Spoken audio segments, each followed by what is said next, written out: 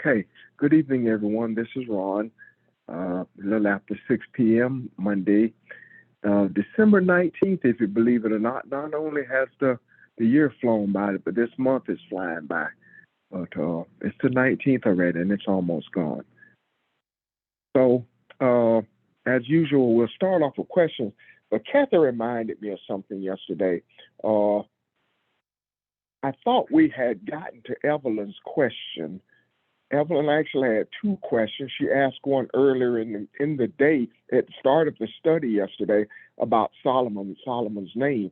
And then she had another question, and there was a question on the floor. And I asked her if she wouldn't mind waiting a second till we uh, had answered the other question, and I never came back to her. So, one, I want to apologize for that. And number two, I guess it'd be a good place to start today. If she's on the line, that is. I guess I should start there. I, Good evening, family. I am on the line, but I forgot what my question was. So maybe am they'll so come back. sorry. Yeah. Okay.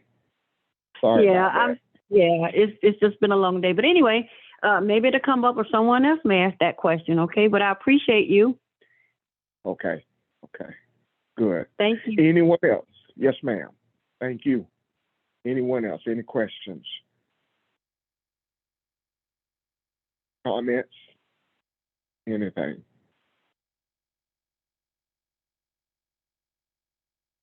There was something else said on yesterday that I thought was interesting, and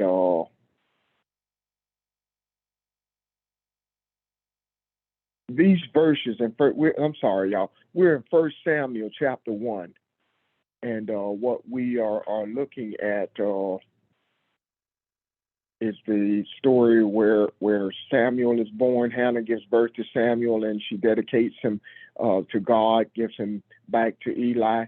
Uh, and we've looked at this for a couple of days now, and kind of dissecting it and trying to see it conceptually what this is talking about. And what we've seen so far, the journey of the human to see, really to see himself and to see Elohim. But we kind of liken where we are right now in our own personal journey as a group collectively. Is what I saw when I first looked at this, and that is the power and the enlightenment that Samuel becomes. And you know, as you go back and read the Old Testament and see some of the things that he did, and I see that now he comes along at a time when the nation needed enlightenment, when the nation needed someone who was stand in the gap, where the nation needed someone who truly seeked God, and because the sons of Eli were corrupt. So there was no other priest coming behind it. And I even say Eli, to me, bears some of that burden as well, because he was aware of the corruption of his sons. He was well aware of it. So Samuel comes along as a ray of light in a very dark time in the nation. And I see that similarity, that comparison is what I'm saying going on in the land right now. So as we unfold this and look at this, this is something that is universal, that we put in the atmosphere, and is also personal. So again, I'm asked one more time, questions or comments. I do. Looking at Eli's sons. Yes, sir. This is I think it's really speaking to us in saying that regardless of what you see, what you're aware of spiritually, you still have to be very cautious about what you allow to happen around you or in your name. Eli, in this regard, I don't see this any different than pastoral leadership making efforts to keep their offspring in positions of power within the confines of the church without regard to anything that they have done or is doing or the way they talk to or treat the people in the congregation. And the difference is that it's saying if these things happen within around you, you are to condemn them. You're not to allow them to continue. Taking advantage of people is something that that is seriously frowned upon by our Creator. And when it speaks of what his sons were involved in, this actually is not just, it's not the only thing that we have to be cautious of when we deal with or when we have people who are our offspring, friends, or people with whom we have a relationship. I think it's simply saying, regardless of what that is, you have to confront it. And again, we're not talking about a man, we're talking about what that name represents. Now, you say, well, Ron said, El, God. Yes, he did. And yes, he's true. He's right. But also, you are Elohim as well. So this is speaking to you also. This is speaking to all of us also. So are there any questions or comments about that?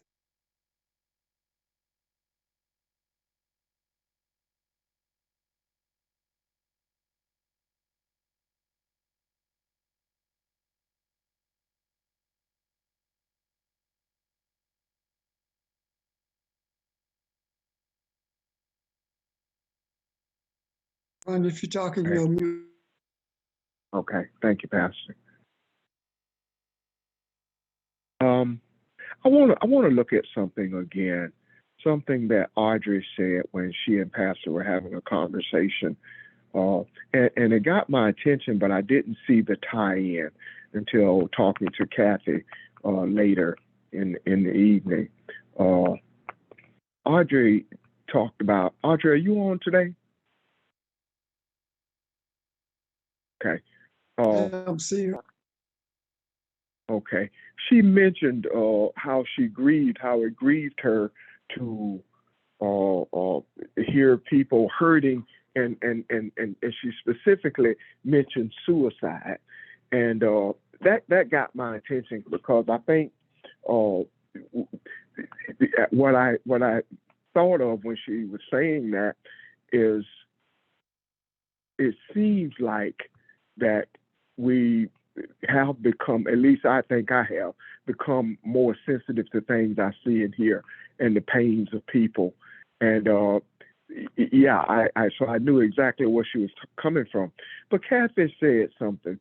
Kathy said, God, I forgot what it was. Hold on. Kathy said, the people, if you're contemplating suicide, you don't understand your value, or you don't see your value. And that's what Hannah says here. That's what Hannah says. So you look at this. She said, let me find it.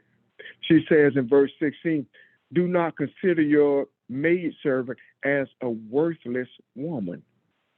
So it's also talking about that struggle to hold on to who you are. And I want to, we look at this and see the separations of the characters in this so that we can understand it, so it won't be confusing to us. So that is a practical side of it that does make sense to us. But if you look at this, that voice of Eli is in her head. And she's struggling to hold on, and it talks about her spirit. That spirit is Ruach. So it's talking about Ruach being breath, wind, spirit, or air, but Ruach also talks about a blast of wind. It talks about anger. It talks about courage. So she's at a place that she's making a stand. She sees her value and she understands what that means. Excuse me. Sorry. So when we look at this, this is a very strong statement, and you know, not only is it something that we've all, I'm sure, have gone through from time to time, not necessarily contemplating suicide, but holding on to what you know, battling to hold on to what you know and what you believe, and even in the struggles in the midst of what's going on in the world now with religion, with the political scenes, and looking at self and looking at how you're developing it. And we keep saying you change the world by changing yourself. So when we looked at this and we talked about it a great deal on yesterday, I thought that was worth coming back, repeating and holding on to, because that feeling is extremely real. That feeling the pain of somebody who's contemplating life or death, who feel like there's nothing to live for, or where do I go for him? So being strong in that situation is very important. But here's the other part. Here's the other part in our hush.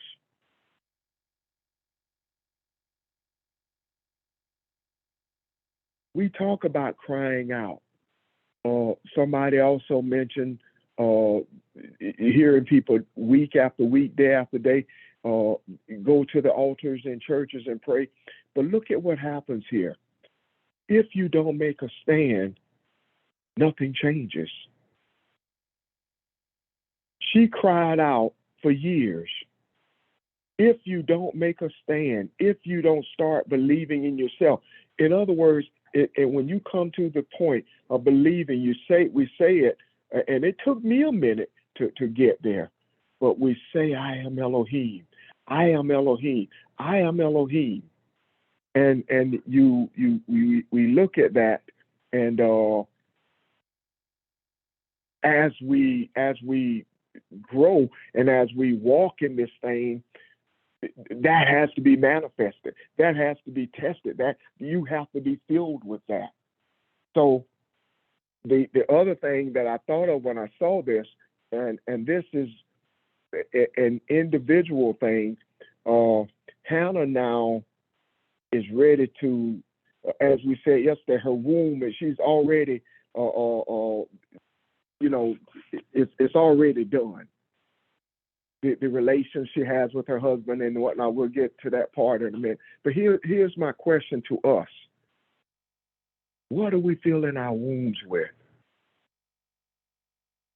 And it's easy when Pastor asked us a few weeks ago about our commitments. I am committed. I don't mind talking about me. I'm committed. But I also sometimes have doubt. And I was Pastor sent me an article the other day, and I read about half of it, and I didn't want to finish reading it. It just seems like there's always something else. And I could see this story in that. Whatever comes up to us, guys, we are prepared.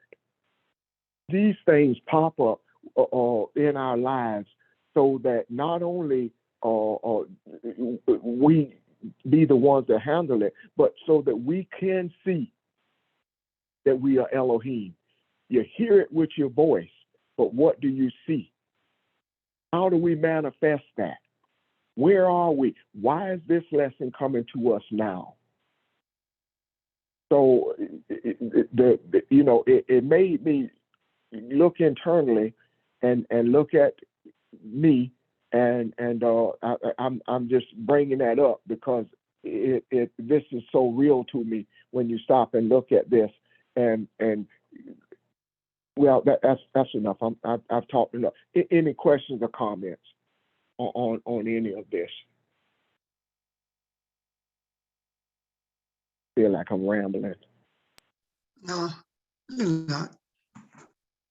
Anyone want to comment on that? I want to speak to something that popped in my head. When you were talking about worthiness and relating it to dying by suicide, something came to me. When we look at this, what is it saying when the accusation of being drunk is made? What is this telling us? How do we relate to that now? What is the spiritual message that's found in that? The accusation that you're drunk, that you're unworthy, is that not the plight of females especially, but most of the overwhelming majority of the people in congregations who are treated as though they are unworthy, who are accused of being less than, not necessarily saying it that way, but being treated that way. When we really think about it, we are the keeper, or we are the determining factor, I should say. We are the determining factor in our worthiness. We determine whether or not we are worthy. However, we have been so inundated with and so browbeaten with the power in the pulpit until we don't see our worthiness outside of what is being fed to us, or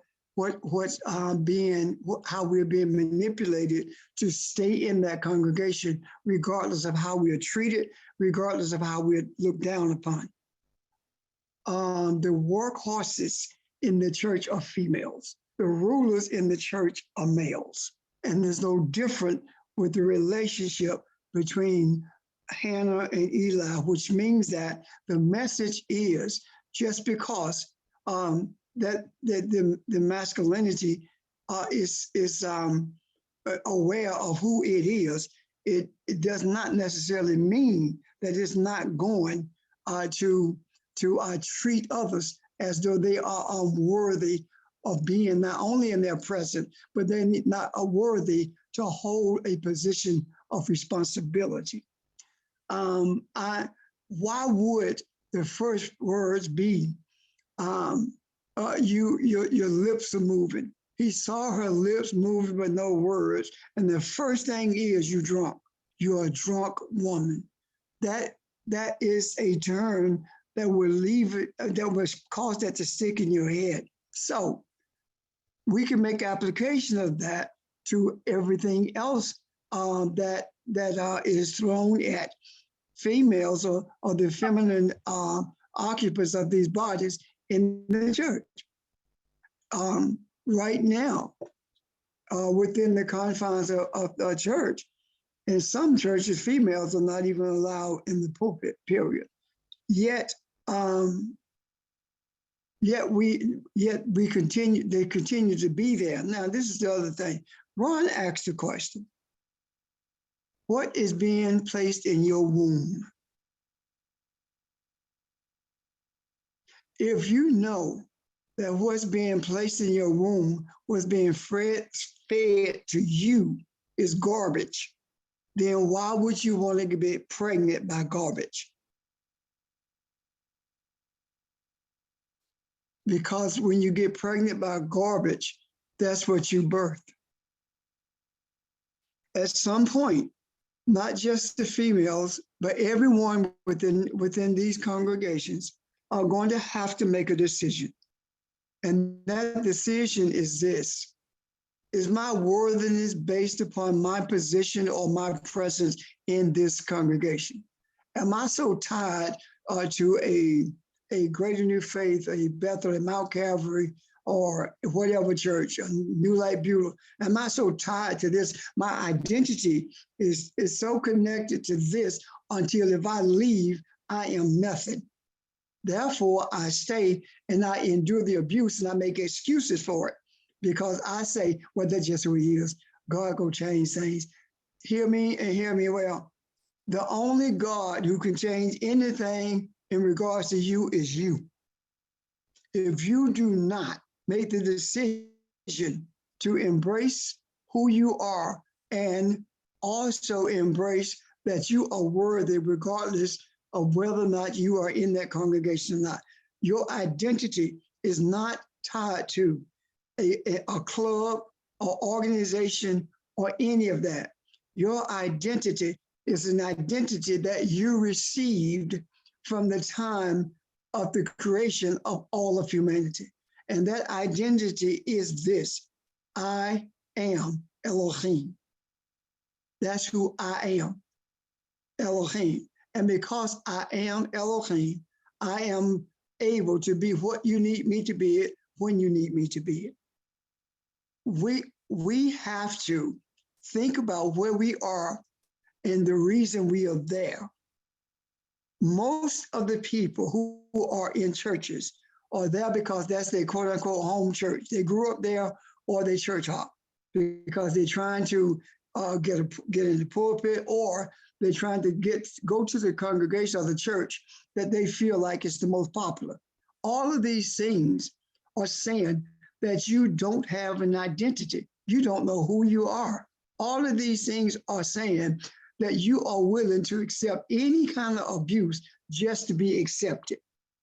And if the rejection is that strong, until you are willing to accept anything just to be accepted, then you need to rethink who you are, if you know it at all, because just because you say you're something, it doesn't mean that you have to live it, be expressive of it, experience it. And I cannot see anyone who truly believes that they are Elohim are submitting to abuse or going along to get along so they will not be rejected or excommunicated. Thank you.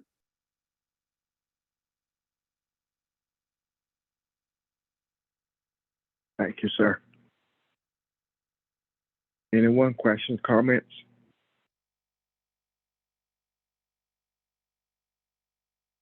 Hey, Pastor, I have a comment and a question. Well, it could be a question, and I got two questions.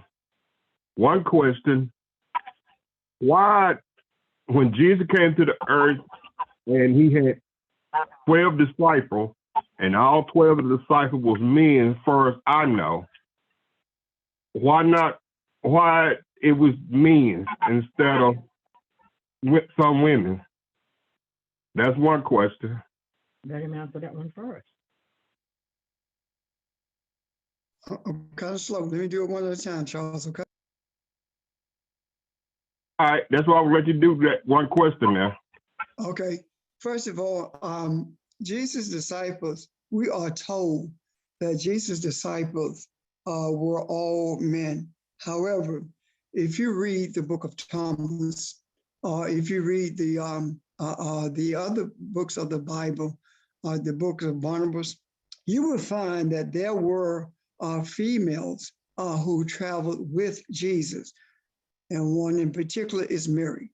Now, why is it that all that masculine energy, all those seeds were there, and there was this one woman, of course there was Salome also, but there's one woman who was connected to Jesus in an intimate way. Why? It doesn't take but one womb to produce from the seed that's in that womb. The other thing is that Jesus lived in a matriarchal society, and he came to change things. And the first thing he changed, well, I'm not going to say the first, but the major things that he changed is how we relate to females, how we relate to feminine energy. What am I saying? Jesus went against everything in Leviticus because he talked to a woman at a well he was not related to, had no relationship with, other than he talked to her at the well.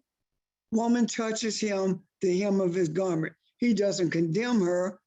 He asks, who was it? She gets what she came for. The woman being stoned, he stops the stoning. So Jesus came to deal with all of the misconceptions about the relationship between males and females, or between spirituality, between the masculine and feminine energy. So it is my contention that it takes more seed than it does more wombs in order to bring a balance. What am I saying? Men messed up everything. And the masculine energy has to be put in a place where it begins to respect feminine energy again. Listen at what was said. I think it was it not Thomas who says about Jesus, he loves her more than the rest of us? He even kisses her on her lips. What does that say? That says that he recognized how femininity had been relegated to a place of servitude without no input to anything whatsoever. Does that help you, Charles? Any questions or comments? And I'm hoping someone can help me with that, or at the very least say it better, present it better. To me, Rep, that was fine. I understood. But I'm gonna give someone else time to answer it.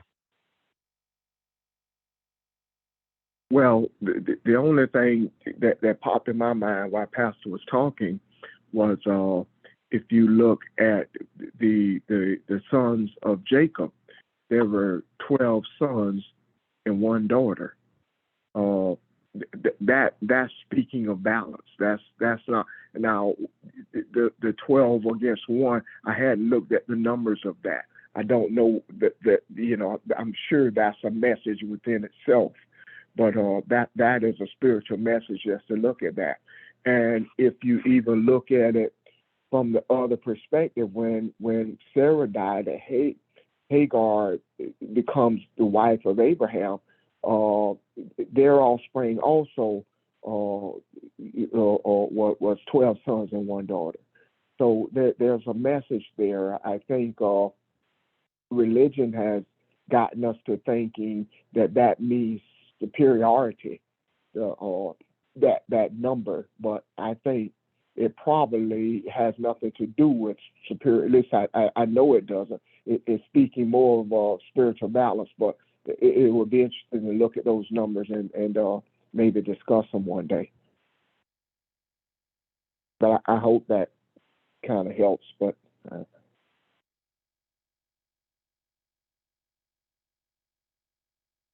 It does.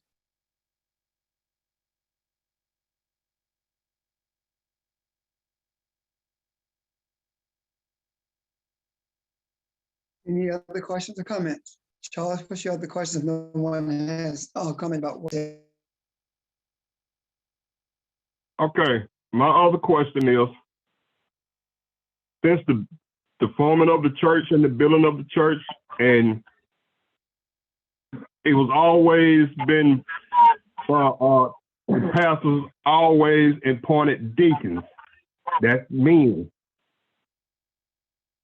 Why ain't never been a woman deacon? It was, Charles. Why was Charles, a deacon? Scripture calls Yes, for sir. female deacons.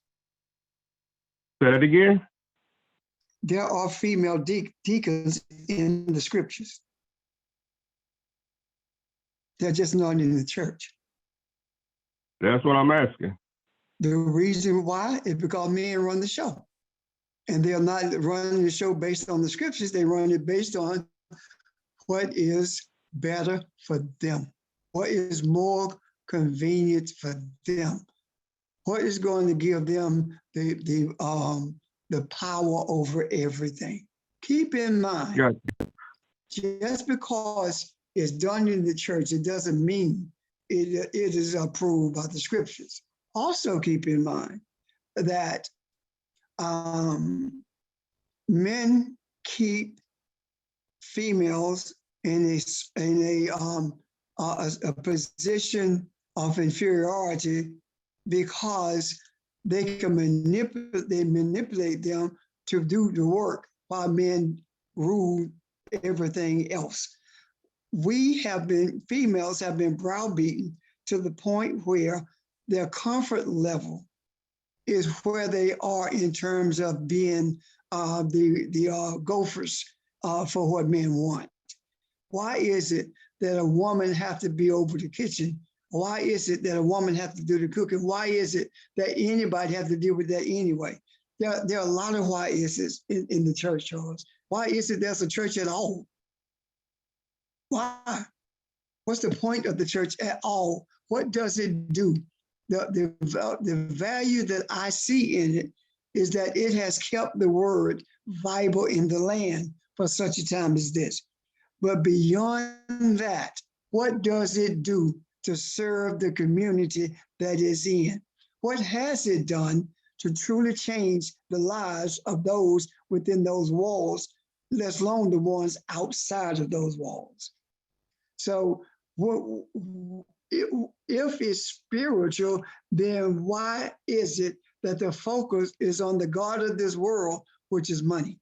So there are a lot of why ifs, and why they do that rather. Why is it done this way? Because it is not based upon the scripture. It's based upon philosophy and politics. I hope that helped you, sir. I understand it more now, because, I mean, if we talking about bringing balance, it will never be balance in church if they ain't doing it by the laws of God. Absolutely.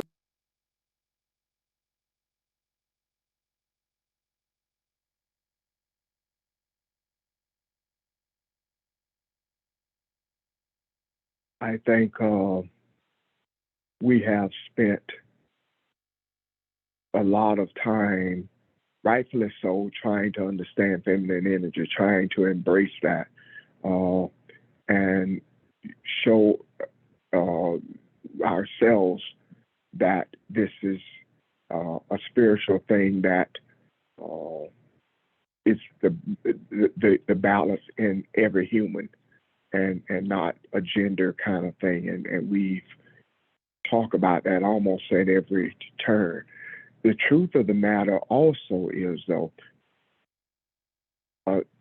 there is still a mystery around masculinity, because what we see in the world now is has been corrupted. It's not what masculinity is supposed to look like, and that because that's all we know, it has sort of been our benchmark. So it is hard to pull these concepts together when the focus is on the masculinity in the earth, because the masculinity in the earth is loud. It is in your face. It is violent, and it is very dominant, and that is hard to take your focus from. And so as we unfold this and look at this, and just keep that in mind, what this looks like, what it's supposed to look like, and even these not these scriptures that we're looking at, like Samuel here, 1 Samuel, we get a look at both of them. We look at the interaction of them. We look at the interaction of Abraham and Sarah, and to show that those adjectives that I use to describe masculinity, most of things that you see in the scripture with Abraham does not show a whole lot about Sarah. But, just from studying and research, we know that her life was far more active than the scriptures show in her relationship and the decision making of Abraham. We see the interaction with Isaac and Rebecca. So those are good examples of what masculinity and femininity looks like, how they work together. This scripture that we're reading now is a beautiful example of that. So not only should we focus on femininity, but maybe take a second look or a closer look at what masculinity is supposed to look like.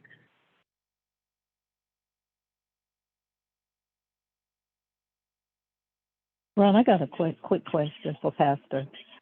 This is Jackie. He said there were deacons, women, female deacons in the scripture. How are they listed, or how are they listed, or what are they named in the scripture? I know I see prophets and in the scripture, but so how are the female deacons listed?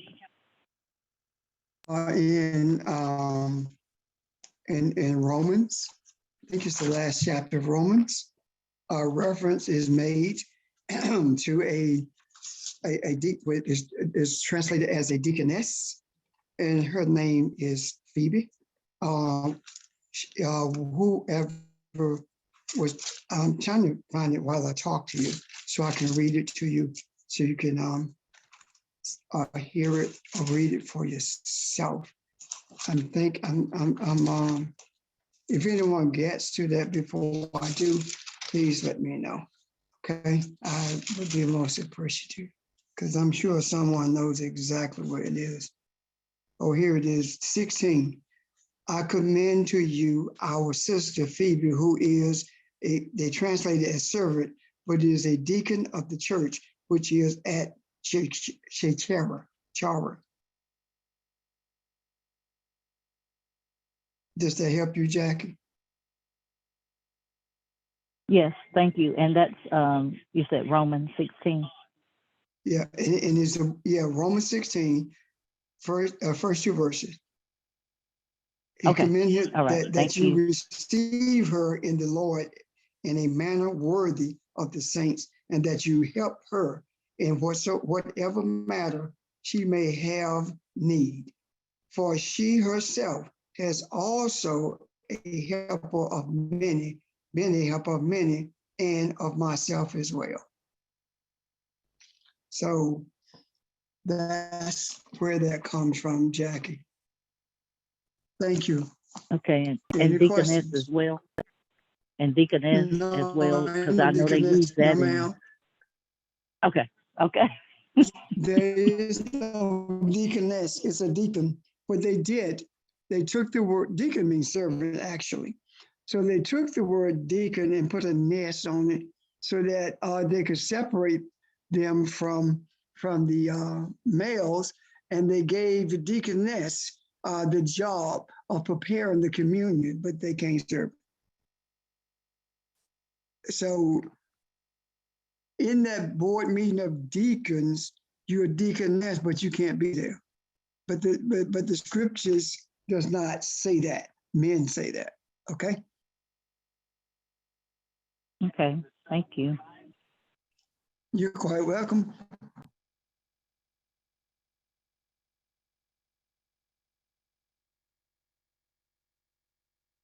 Thank you. Anyone else? Questions?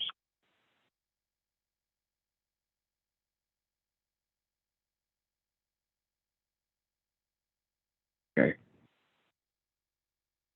I'm going to read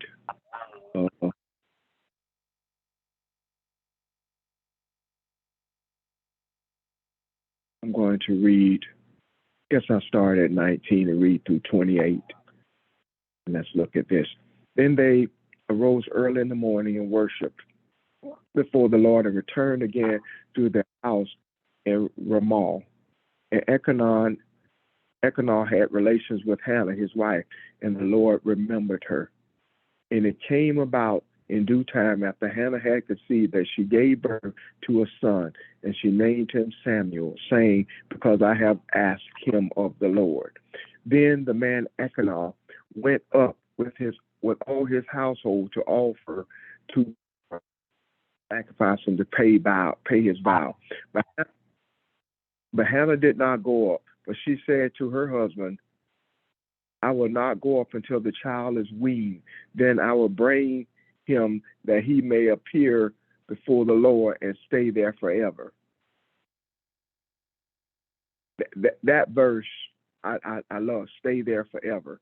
And Elkanah, her husband, said to her, do what seems best to you. Remain until you have weaned him. Only may the Lord confirm his word. So the woman remained and nursed her son until she weaned him. Now when she had weaned him, she took him up with her with a 3-year-old bull and an ephah of flour and a jug of wine, and brought him to the house of the Lord in Shiloh, although the child was young. Then they slaughtered the bull and brought the boy to Eli. And she said, O my Lord, as your soul lives, my Lord, I am the woman who stood here beside you praying to the Lord. For this boy I prayed, and the Lord has given me petition which I have asked him. So I have also dedicated him to the Lord.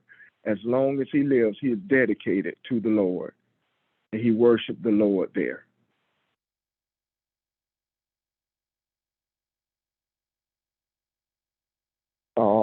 Questions or comments? What do we see there? We continue this discussion. Ron, I have a question. So Yes, ma'am. when God says, before you call, I've already answered, I'll answer. Is that the same thing that happens with us, even with Hannah? You know, she wept, she cried from her soul, and God answered. But my question again, is that the same as God said, before you call, or before you ask, I've already answered? I think that it is, and I think more so your question kind of shows us where we are right now. And I mean, when I say we, I mean the earth right now. We think of God as separated from us. That the answer that you hear, what you feel, is what you experience on the inside. And that's what I was talking about earlier when I say I have allowed sometimes doubt to creep in. You waiting to hear from God, and you hear from God when you feel what you feel. When you feel this thing inside, and you know whether or not how real that is.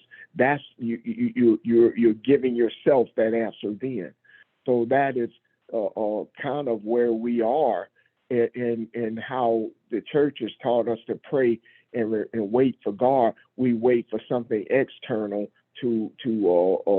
or even if it is internal, we don't feel like it's a part of us when we make the supplication. So look, I'm sorry. Go ahead. So what?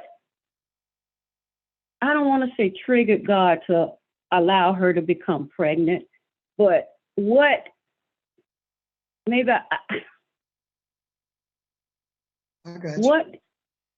Thank you. It wasn't God made a decision at that moment to allow her to be pregnant. It has nothing to do with it. It has everything to do with her. It has everything to do with Evelyn. It has everything to do with James. It has everything to do with anybody in this earth. When you make the choice, make the decision that you're sick and tired of being sick and tired, you want to know who you really are, and you take a stand, and you resist anyone who tells you that you're not worthy or treat you that way, and you make this journey towards truth. It is at that point that your womb opens and you become impregnated with the enlightenment that you're seeking. Does that help? Yes, yes. And then also I thought about how Kathy, or just say when a situation would come to her, she just sit with it. And is that the same as what Hannah did? She cried, she poured, she cried from her soul. And I guess, I don't know, did she let it go or what? Well, when she cried out, she resisted being, having that feeling of not being worthy. She resisted that. And when she resisted that, rose above that, she was looking for something more than what she had been offered in the past. And once she rose above that, once Evelyn rose above that, then Evelyn was able to see beyond the ridicule, beyond the rejection and the hurt and pain that rendered her to a place where she felt like she was not worthy for God to even talk to, and people mistreated. So you get to that point where you say, you know what? I don't care what they say about me. They don't know me. I don't care what they think about me. They don't know me. I am who I am, and I'm in search of me. And when you are in search of you, that is when you find Elohim. That's when you find God. And when you find Elohim, you follow that road, and the day will come when a mirror will be placed in front of you. And what you will find out is you didn't find Elohim, you found yourself, and you are Elohim. Does that make sense? Yes, sir. Thank you. Thank you.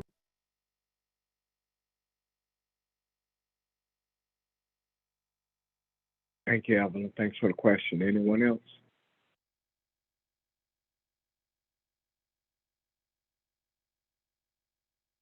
These last verses are beautiful to me.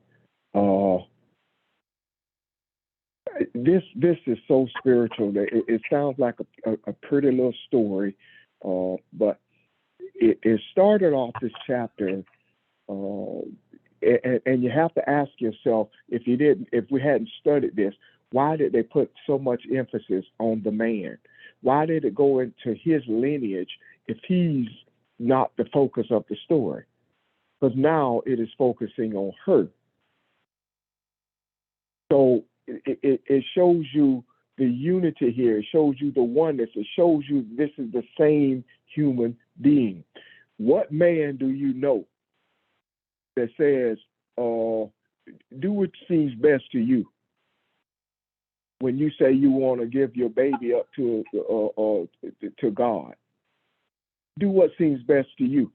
So when you look at this masculinity and femininity, again, go back and look at the lineage and see that this is the creation of this. The feeling of righteousness, the feeling of enlightenment, the awareness of what those vibrations and experiences feel like inside of you, so that you know, and when you feel something, when you see something, when you say, "Is this right?" you know for certain what direction to take, regardless of what everybody else is doing. So this beautiful blend of masculinity and femininity is what brings about Samuel, because whether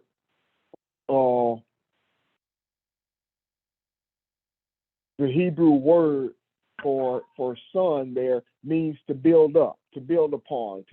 So this is she says this would be worship God all the days of his life. And at one point it says forever. Where is it? And so the forever part is what's taking place right now.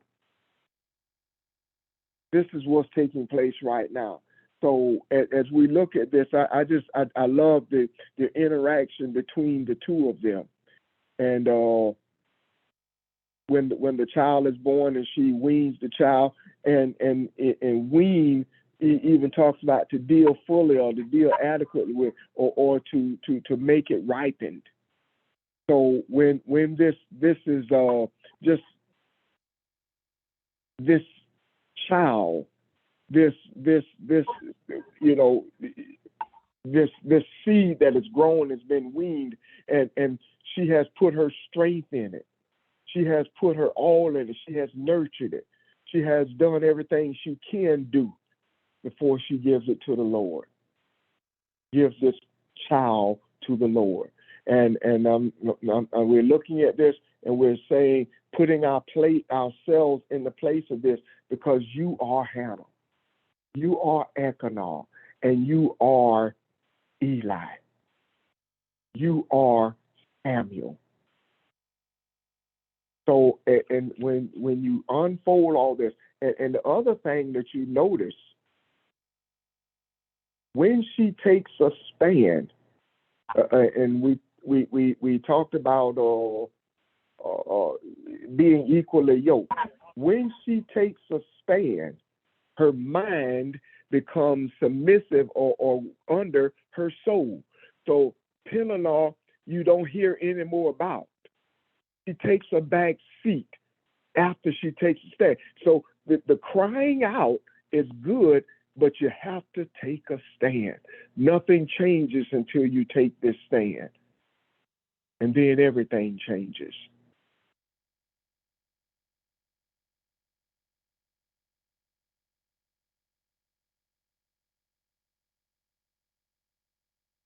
Questions or comments, y'all?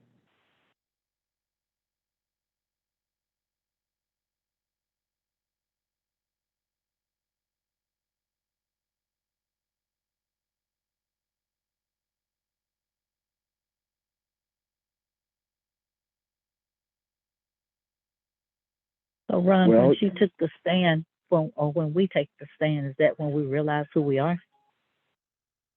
yeah, if you notice what takes place here, and listen to what Pastor just said when he was talking to Evelyn, taking that stance allows you to see yourself. Without that, you're crying out. Your anger, your emotions, really just kind of stifles your vision. You can't see anything. You have no idea what it looks like to be Elohim.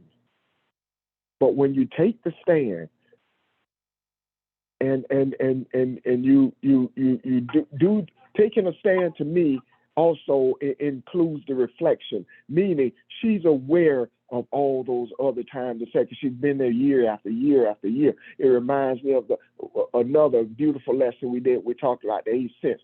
That never goes away.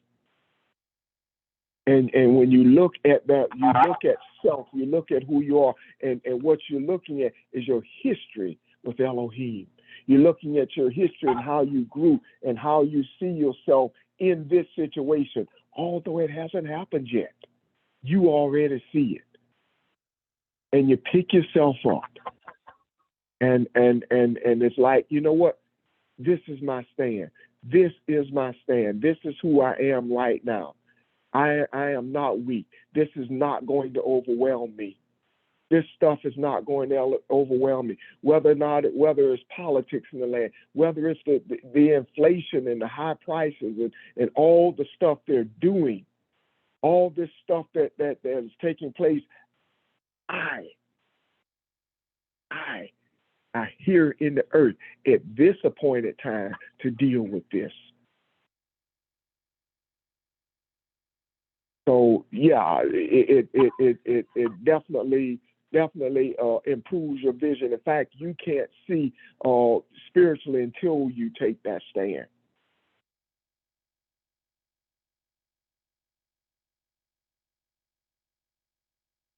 Questions or comments, Jackie? And with that being said, it's ongoing, right? It's a process that okay. Once you take that stand, it's like you never look back. Am I correct in saying that? Yeah, and I don't. The other thing because is, it's a process, right? It's a process. It's a process. Okay. And see, here's a strength.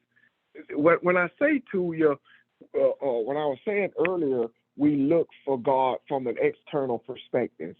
we pray and we kind of sit back and wait and wait. So that's not what Kathy meant when she says she sit with it. She goes internally. She goes internal. But when you go internal, she's not going with the pitiful part. She's not going looking at the bad situation.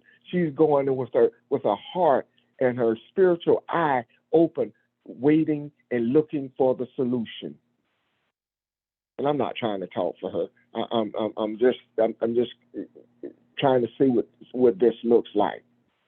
So also, the point I was trying to make, part of looking inside and seeing that you're Elohim and recognizing that you're also one with James Richard. You're also one with Kathy. You're also one with Ron. So whatever things that overwhelm us, let us not forget each other. That is still a part of your internal quest. You're searching for answers. So does that make sense at all to you, Jackie? Oh, yes, most definitely. Thank you. Mm-hmm. But there may be there's no shame, and sometimes you just feel down. You just feel down. But this, hopefully, these lessons, we pick ourselves up and we're at a different place than we were, and we keep doing this until we finally realize who and what we are and what this is about.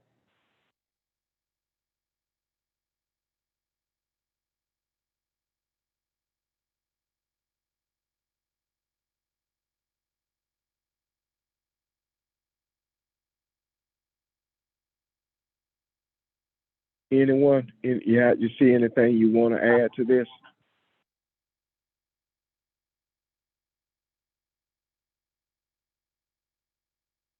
Yes. When you said that, sometimes you're just down. That is evident. Sorry. That is evident in our lives. No one 24 hours a day, 7 days a week, or no one is always there is something that confronts you. The question is, how do you deal with it, or how do you respond to it? The response that Hannah gave was not the last time that she was going to have to face something. The scriptures clearly invites us to see within ourselves that there are always going to be obstacles that we have to deal with, but we don't have to do it alone. And lo, I am with you always. That is not the man with you always. That's the words that the man has spoken. That's the understanding that the man has given. And there are times when I have some people say to me, I heard your voice when I was thinking about doing so-and-so, or I asked myself, should I do this? I heard your voice. And I'm sure that you hear our voices at different times when you are faced with different circumstances. So that's what it means that when we talk about I'm with you always, even until the end of time. Does that make sense to you, Jackie, Ron, anyone for that matter? Oh, yeah. Yes, it does. Mm-hmm. Yeah.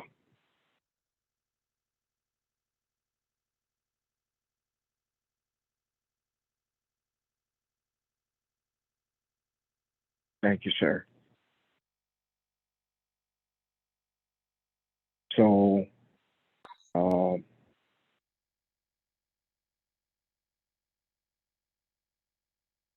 this is the conclusion of this chapter.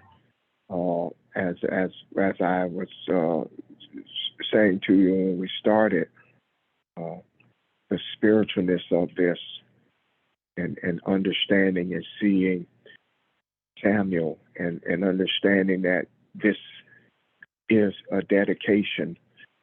This is not as a robe of that you put on and take off on Sundays.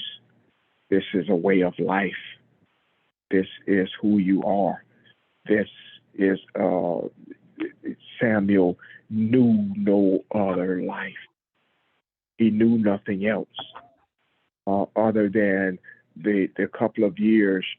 Somewhere or another, I read or I got some understanding from another source, I guess, for me Googling, trying to understand wean. But something I wrote down here was in those days, it took 4 years, approximately 4 years to wean a child. This is all he's known. The first 4 years, his focus was on his mother and father. He doesn't know religion. He doesn't know ain't he all right. He doesn't know all the other antics that's in the church. He doesn't know the manipulation and all that.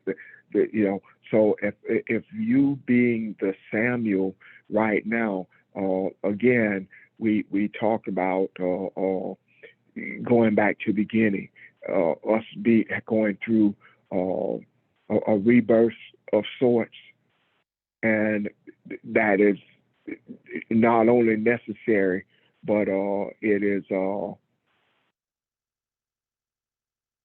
what's the word I'm looking for? It has to happen because it is a spiritual thing.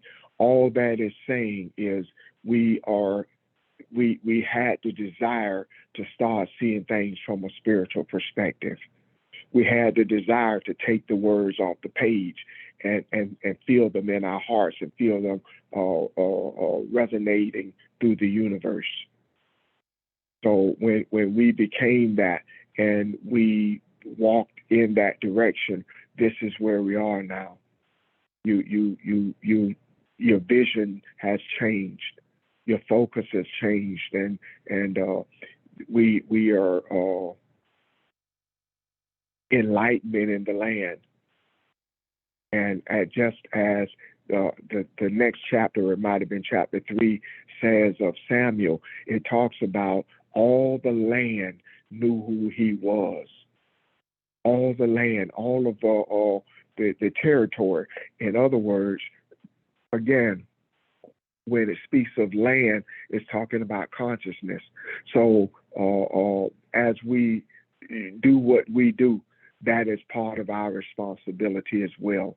Change the consciousness, change the landscape that's in the earth, not just in South Carolina, not just wherever you are on this phone, but everywhere in the universe. So, Ron, I have one more question. of course, whatever you want to ask. Why did she have to wean him first?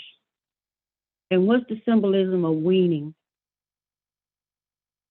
Well, in the practical perspective, there were no females in Shiloh. You see what I mean? There was Eli and his 2 sons. So all she said is she, like I said, one of the words, wean, talks about several things. And you asked a question, I can't find it. Give me 1 second. Okay, it means to deal fully with or adequately with, and it means to ripen. So she moved him to a place where he could focus on who he was to become, and not just be a baby. So he moved from his infancy into a state that he could be of use not only to Eli but to himself, that he could grow and start to understand who he was. And the other part of wean is talking about how what she filled him with. she gives him all that she has, all that a mother can give. She fills him with all of her essence. Okay? So how does that relate with us today?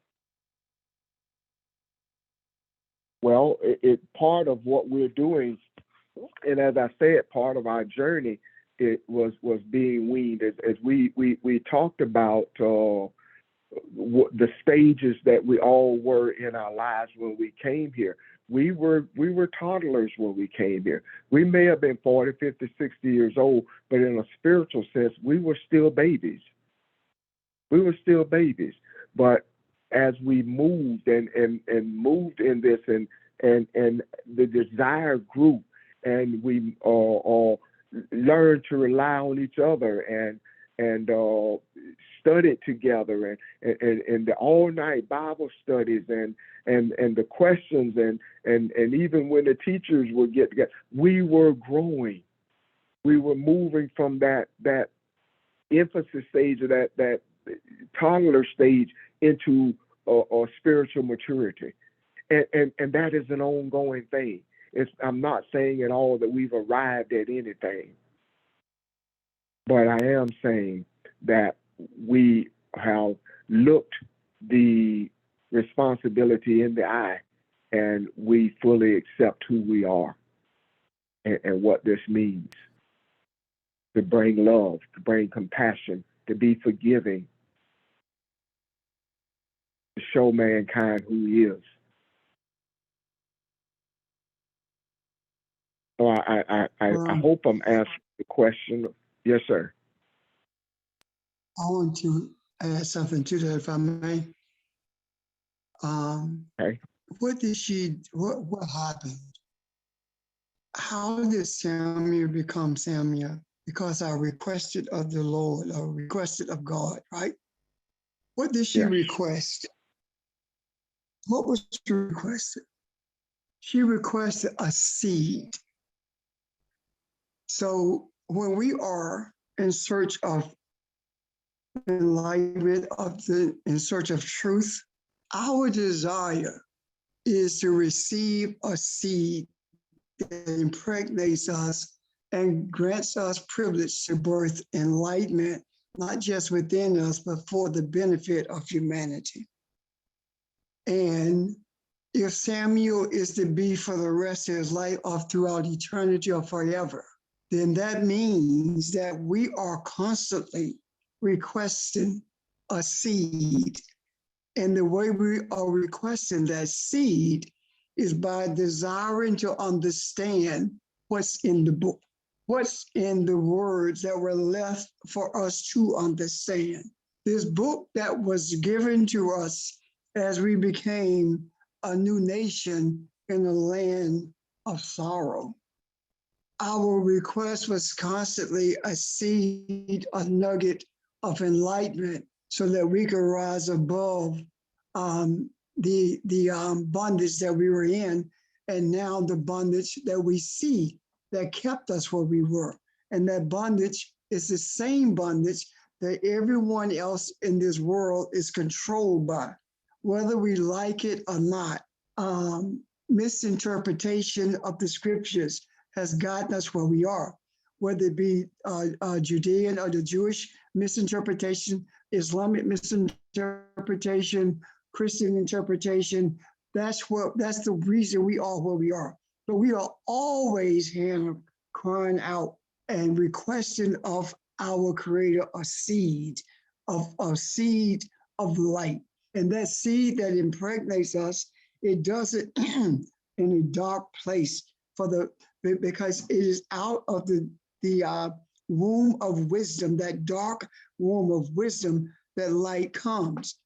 And if we are light, then light is constantly overcoming darkness, meaning that light is constantly desiring wisdom so it could understand how to bring humanity to this place of harmony, this place of peace. Does that make sense? Yes, yes. And thank you both. You're welcome. We are crying out in the temple all the time. You are the soul that you're crying. I mean, you are the temple that you're crying out in, and you are shallow. And that confusion in you is what you are rising above, and the ridicule from that you've received from the outside, but more importantly, the ridicule that you have given to yourself. If you are ridiculed from the outside and you embrace it, you are ridiculing yourself. If you experience continuous rejection, then you are continually rejecting yourself. I'm saying that because I do understand with a great clarity what it feels like to experience rejection. But now that I also understand that when you embrace that rejection, you're rejecting yourself. Now, how do we deal with that? We deal with that by embracing who we really are and how much, and embracing the love that we have for ourselves. And when you embrace the love that you have for yourself, what you find out is this: it is not the rejection of the people that has hurt you. It is you rejecting yourself that has brought you the most pain. And when you embrace those who you know has been rejected as well, then you are bringing healing to them as well as yourself. So we are always, Hannah, we are always crying out. We are always requesting the nugget, the seed, so that we can continuously be impregnated and continuously birth light into the earth. Does that make sense to you guys? Yeah, it makes sense. It supports the Yes, sir. story. It supports what we just studied. Yeah. Yeah, it makes sense. Mm-hmm.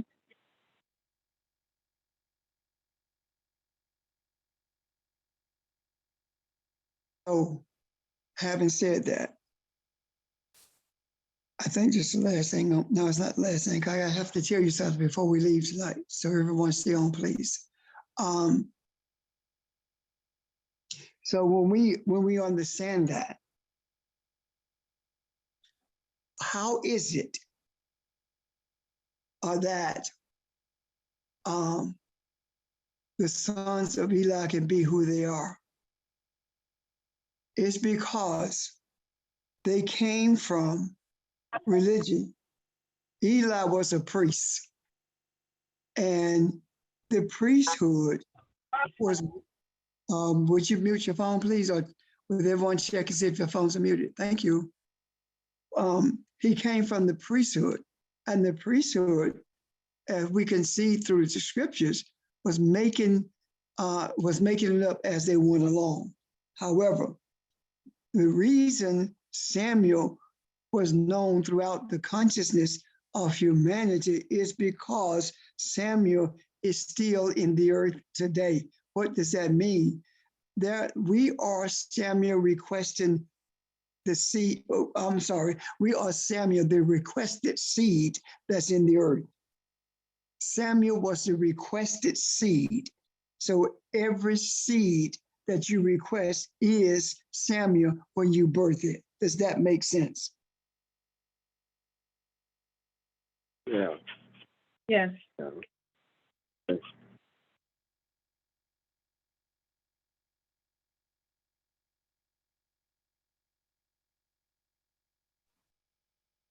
I'm done, Ron.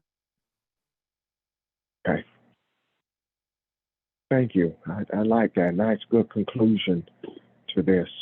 Any questions, y'all?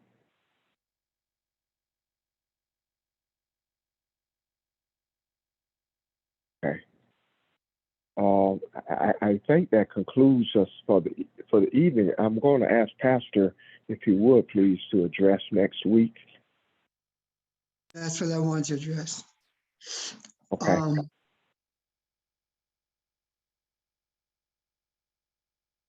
Next weekend, we will not meet at all.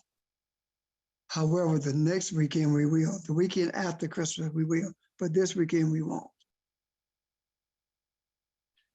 This is your time to be with your family and do what you do.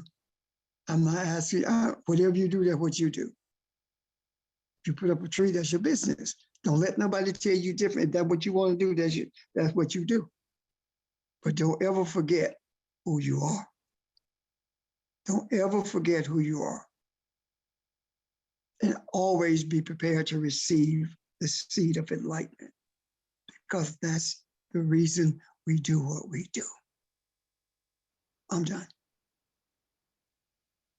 Thank you. As if we won't see each other for a couple weeks, you guys have a good break. Have fun. Be careful. Be safe. Look forward to seeing you in 2 weeks. Thank you, Ron. Okay. Thank you. Thank you. See you guys in 2 weeks. Thank you. December Thank you, 19th. everyone. Thank you. Bye, everybody. Bye, Bye. everybody. Bye-bye.